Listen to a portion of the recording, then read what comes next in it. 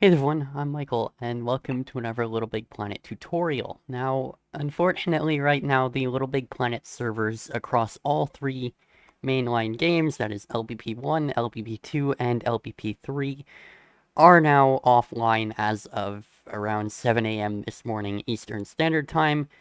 Um, they're down for temporary maintenance because someone wrote a script that basically did a lot of damage to everyone's My Earth, and Sumo Digital is now looking into it and patching whatever vulnerability caused that. So I'm glad to know that they're looking into it and trying to fix up the servers, but for now, I'm unable to get new community assets and work on some of my levels that require things like Pokemon assets.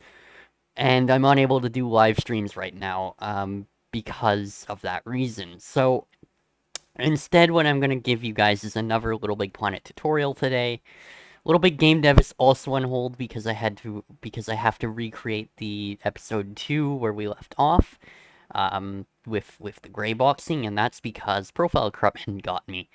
But in this video, I'm going to be doing a little bit of an extension on what I did yesterday with the Immuno Boy, and I'm going to be showing you guys how to create a custom power-up that takes in multiple inputs. So along with the the trigger output that comes off of the blaster handle, we'll be able to interact with the power-up we're holding using other buttons on the controller. So let's get into this.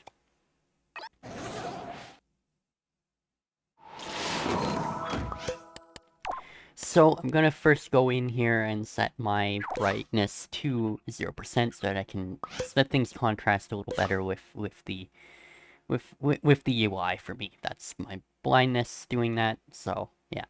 Also, I'm very happy to announce that I have my Ash Ketchum skin back, which is great. I still don't have Richie, but I have Ash Ketchum, and that's good enough for now, considering the servers are down.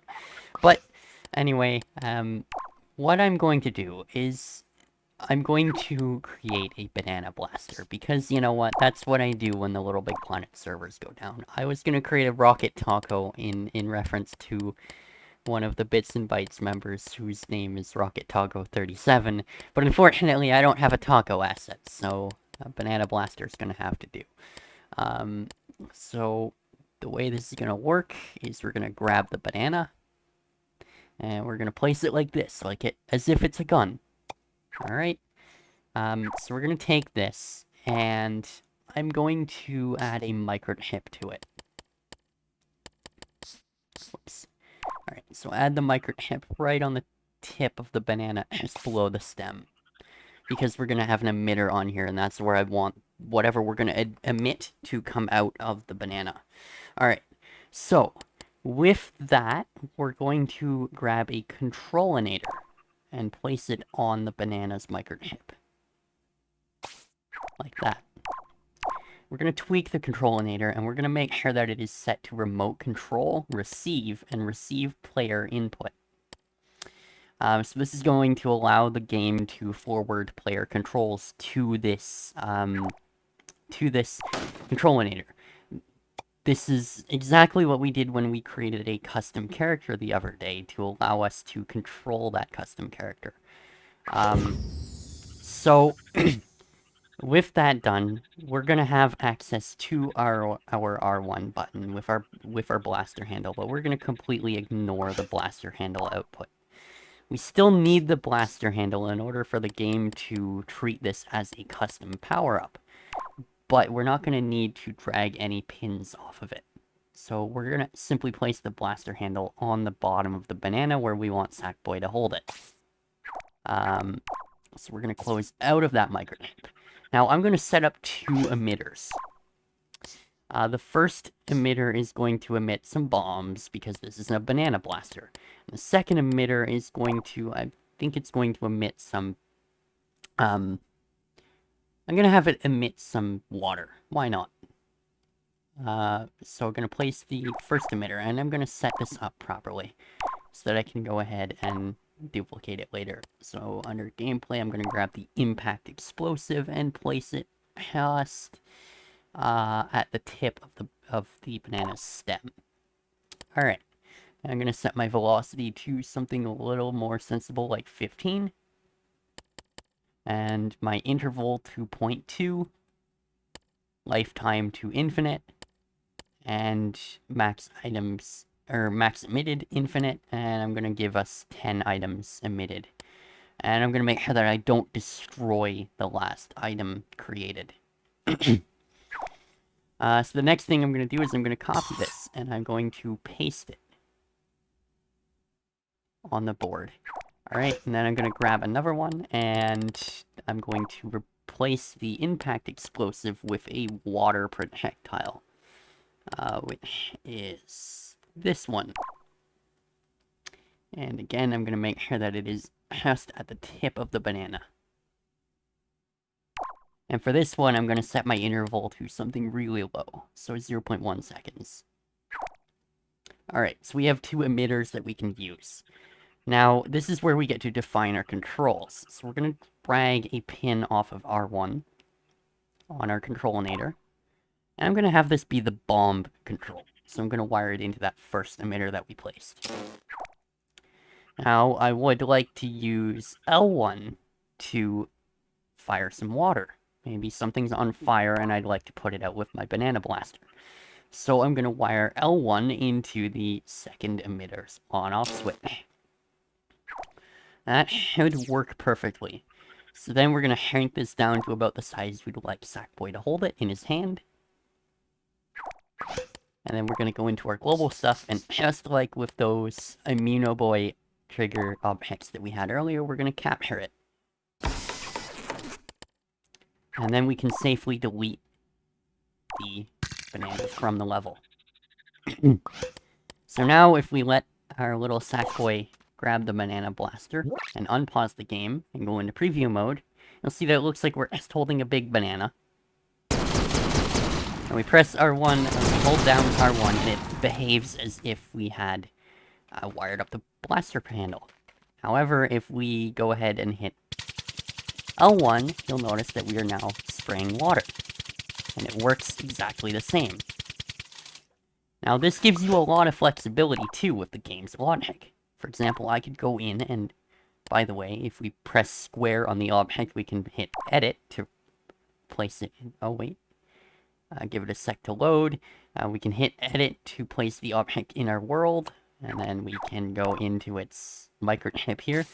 And we could add some flexibility for this. For example, you may realize that you're very limited as to what controls you have on the DualShock controller. So you could go in, and maybe you have like 5 different projectiles that the banana blaster is able to fire out. Well, you could wire this up a little bit differently using a selector, and instead of having L1 on the water and R1 on the bombs, what we could do is we could use some AND gates here. And we wire the AND gate outputs into our emitters. And then what we do is, okay, so this goes into that emitter. And then this goes into that emitter. Alright. And then what we do is we wire these selector pins into port 2 of their respective AND gates. And then what we're going to do is we're going to take our controlinator here, and we're going to take L1, and we're going to wire that into the cycle pin of the selector. Alright. Like so. And then all we need to do is take R1, and we can wire that into our AND gates. What that's going to do is it's going to make it so that when we press L1, it's going to cycle between which item we have selected, and then R1 is going to be actually the fire, or actually to fire the item. And because we've edited the object, we now need to recapture it.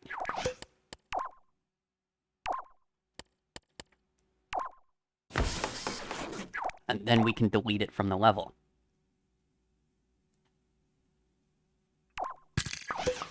Alright. So if I now re-equip it from my sack pocket, I'm spraying water when I hold R1, but then I press L1,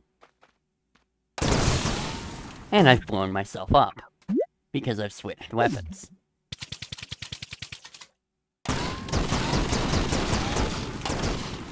As you can see, it works really well. And in fact, you can press the two buttons at the same time to switch while you're firing, which is interesting. Anyway, just a little tutorial for you guys. Hopefully you find that interesting. Hopefully it gives you ideas for custom power-ups you can make in LittleBigPlanet 3 when the servers come back online. I'd love to see what you create. But anyway, for now, I've created my banana blaster. Now I'm able to, you know, blow things up in rain, and, you know, after AT is now offline. But anyway, that'll do it for this video, so, as always, I've been Michael. I hope you learned something, hope you enjoyed the video, and I will see you guys in the next one. Thanks for watching. That was an awkward outro, because I forgot what my hotkey to end the video was. Goodbye.